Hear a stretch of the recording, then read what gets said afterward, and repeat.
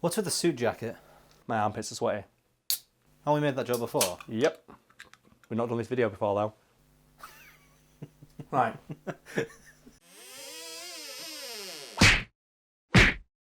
Buster Keaton was a man who gave less of a shit about his own personal safety than a guy challenging a gorilla to a fist fight. As a result of this, Keaton basically spent his entire life putting his bones and life on the line to entertain us, the public, in a series of well-received films. Few people realise though that Keaton was so good at pretending to hurt himself that he occasionally stood in as his own fucking stunt double just because. You've wrote quite a few articles on Buster Keaton, haven't you? I have, yes, because he was a fascinating man with a very interesting life, but I don't think we've discussed him on the channel. No. So, for people who may not be familiar with him, he was an actor/director, famous for performing all his own stunts, to the point where people like Jackie Chan cite him as an inspiration and an influence. What's most interesting about it though is that how he developed the skill of pretending to fall over and hurt himself without actually hurting himself. Because there's an article I've written about it that will no doubt turn into a video one day that discusses his life as on the vaudeville circuit as a kid, and there's a routine him and his father used to do called the human mop. And that would basically involve his father walking out on stage and pretending to perform a number of menial tasks like sweeping up, that sort of thing, and Keaton would come up, like young child Keaton, and piss his dad off. What his dad would do is grab him by the scruff of his neck and a special handle that was sewn into the back of his clothes and throw him several dozen feet through the air, off the edge of the stage, into scenery, through windows, through specially made doors that'd break away, and Keaton would stand up perfectly unharmed and walk back to his dad and continue annoying him. So wait, their entire act was Uncle Phil and Jazz? Yeah, Jazz getting thrown out the door in The Fresh Prince of Bel-Air, but, fun fact people don't know, that was only ever filmed once. Because they were worried about the actor getting hurt, so they said, well, film you being thrown out the door once, and then any time you're going to get thrown out again, wear the same outfit. So they kept that outfit in storage, and whenever the scene would call for Jazz to be thrown out the house, he'd come in wearing that one. But he was thrown out in nearly every episode. Yeah, so he always you can tell if he's going to be thrown out the house or not if he's wearing that outfit. Yeah, that was Keaton's childhood, being thrown roughly about a stage into various objects by his dad. Keaton was still reportedly able to do a lot of crazy stuff, even as an old man, and he would reportedly take great pleasure in freaking people out by pretending he was old and crippled. And then one of his favourite things to do would be to say, "Oh no, I'm still quite flexible," and he'd put his leg on a table and balance it and say, "Oh, I can still stretch." And then what he'd do is he'd pick up his other leg and put that on the table, hold himself in the air for a split second, completely horizontal, and then fall down and hurt himself. And then people, "Oh my god, are you okay? Are you okay?" And you go, "No, fine." And get up. Basically, Willy Wonka it.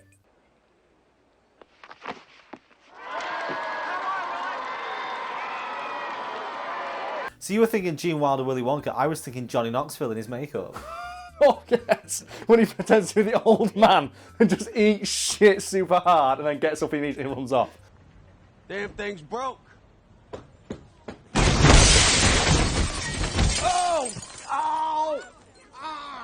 So no, it's not directly related to the topic at hand, but there's just something hilarious to me about the idea of an old-ass Buster Keaton proving to people that he's still got it, that he can still do those stunts he was famous for as a kid.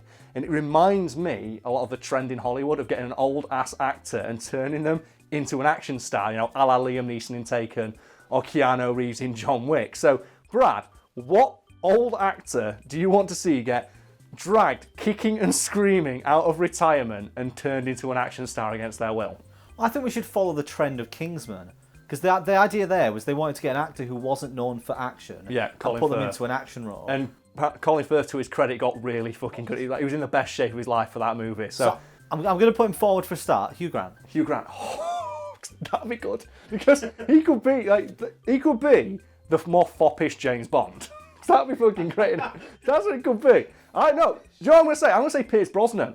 I think they should bring back Pierce Brosnan. Do you know they keep saying who's going to be Bond next? Yeah. I want them to do Bond Ultimate and bring back all the actors who've already played Bond who are still alive and make them just come back. Bring back Sean Connery. I don't give a fuck. I don't care what he's doing. Bring him back and do old-ass Bond and make it like Kingsman where you got Colin Firth doing sick-ass backflips. I think Pierce Brosnan could do it. We could do a Bond ensemble movie. Yeah, and then bring back all the old Bonds. But the one, because as cool as those Pierce Brosnan Bond movies were, he never really did anything in the same vein as like Daniel Craig Bond, did he? Like they never had like the level of stunts. Like they had like the car chases and the boat chase, I think, along the River Thames in one of the Bond movies. But Pierce Brosnan never did the jumping off the back of a moving train. Or jumping off a crane. Yeah, he never did the parkour section, did he? So I want to bring him back and say, no, this Bond had it too, just so he can prove it to himself. So back to Keaton. Yes. You said he honed his ability to take a hit as a kid. Yes, to the point where when he was a man in his prime, he was capable of performing like death-defying stunts that are still impressive today. Like I said, like Jackie Chan acknowledges like Buster Keaton as like one of the greatest stuntmen who ever lived. Like, he was a stuntman before stuntmen were a thing. Like they didn't have safety mats or any shit like that. And I think the most famous stunt he ever did, and I think it's one people watching might not even know the origins of, is the famous house facade falling down.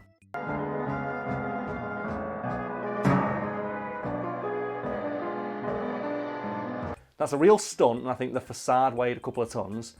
And I think his own crew refused to turn up and film that scene. He had to film that shot with a skeleton crew because half the people that were supposed to be helping him film it walked off because they genuinely thought he was going to kill him. They didn't want to watch him die. But yeah, they thought, I don't want to watch my friend die. And people tried to talk him out of it.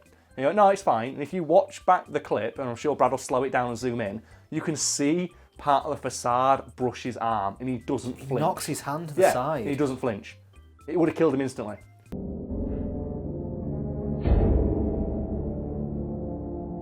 As accomplished as a director as he was an actor and a stuntman, Keaton was reportedly very exacting in the standards he expected of the people he cast in his movies, to the point where he would cast people on their ability to perform a given stunt rather than their ability to act. So where does being his own stuntman come into it? Well, even though Keaton went out of his way to hire actors who had a certain proficiency in pretending to fall over and hurt themselves, occasionally they would refuse to do the stunts he asked them to, leading to him having to do the stunts himself. The problem is, though, sometimes he was also in those scenes. The most famous example of this is a film called Sherlock Jr, when Keaton is sat on the front of a motorcycle in the basket and the rider falls off, leaving him to steer the motorcycle literally by the seat of his pants.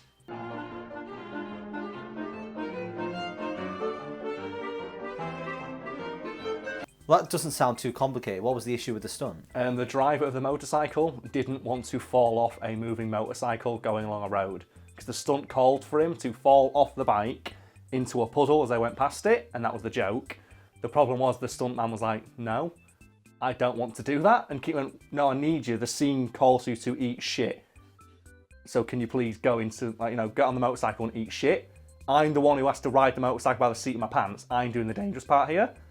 And the stuntman went, no, I'm not going to do it. I refuse to do that. So Keaton got pissed off and said, okay, give me your outfit, put the rider's outfit on, put him in the front, and then rode on the motorcycle, told his film crew to film it from the back, fell off the motorcycle himself, did it in one take, obviously, because this is like Buster Keaton, and then immediately, as soon as he got the shot he needed, told the guy who was stunt doubling for him to get out so he could do the stunt himself.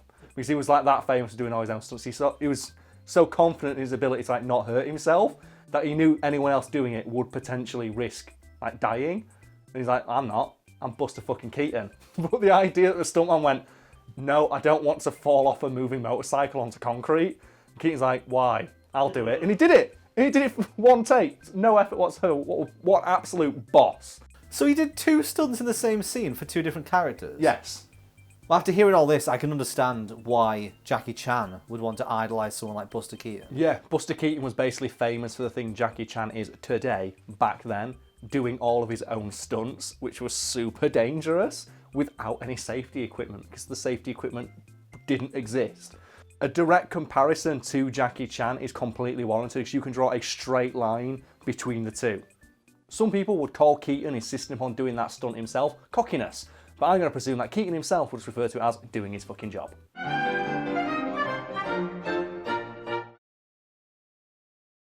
So this video has been tangentially about stunts and Jackie Chan, so fuck it. Brad, favourite Jackie Chan stunt or moment? You've seen the Tuxedo, right? Yes. Go watch the Tuxedo, it's awful. It's a terrible film, but I have a personal love for that scene where he's getting dressed. And he's fighting people whilst wearing the suit. Because it's so dumb. No, you're missing out though on the bit where he sings the James Brown song and then he just shakes his ass. He twerks at hypersonic speed in the main bad guy's face for a straight 30 seconds. You're forgetting that. You're forgetting that Jackie Chan can twerk and that we've got footage of it that Brad's going to put in right now.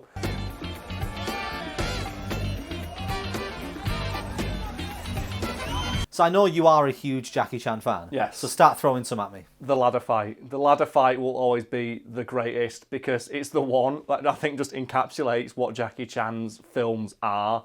It's a guy beating the shit out of someone with a fucking ladder.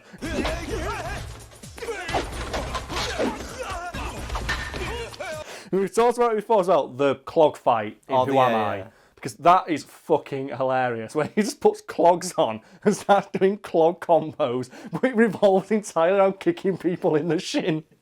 He has a fighting style that revolves entirely around just kick people in the fucking shin, just toe capping people.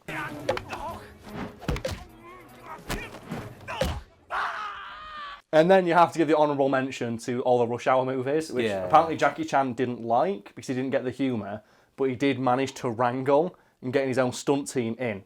And Chris Tucker would get really pissed off and be like, he keeps making us do reshoots of all these scenes because he wants to do it in one take. And Chris Tucker actually got pretty good at doing some of the martial arts. But I like the one where he just tells Chris Tucker to just flip him. It's like, flip me? What do you mean flip me? Flip me! Flip me! What? Flip me! Hey, Karl. What? John Wayne? Oh, you know John Wayne? You know John Wayne? The most annoying voice. That's the one, though, where they have the montage of just Jackie Chan showing you how to disarm someone in an awesome, cool way. And I think that was improvised. And it was just Jackie Chan showing off and they put it in the movie. We've talked about it before, haven't we? The horseshoe thing in Shanghai... Shanghai Noon. That was the one where basically they just set up the scene and let Jackie Chan walk through it with his stunt crew and just say, okay, I'm going to use this weapon, I'm going to kick someone with that, I'm going to hit someone with that, and they just let him do what he wanted to. And it happened again in Shanghai Knights, a film that has perhaps the only line delivered by Owen Wilson that I like, where he goes to the orphan kid and tells it to piss off because he's an orphan, so he's got no parents. What? In the outtakes, you can hear Owen Wilson going, it's so harsh. Why am I making fun of him for being an orphan? We've got parents that love us, but you don't because you're a little orphan. So mean. But, oh, man. Yeah, there's so many good Jackie Chan moments, and I'm sure we're going to talk about them at another date.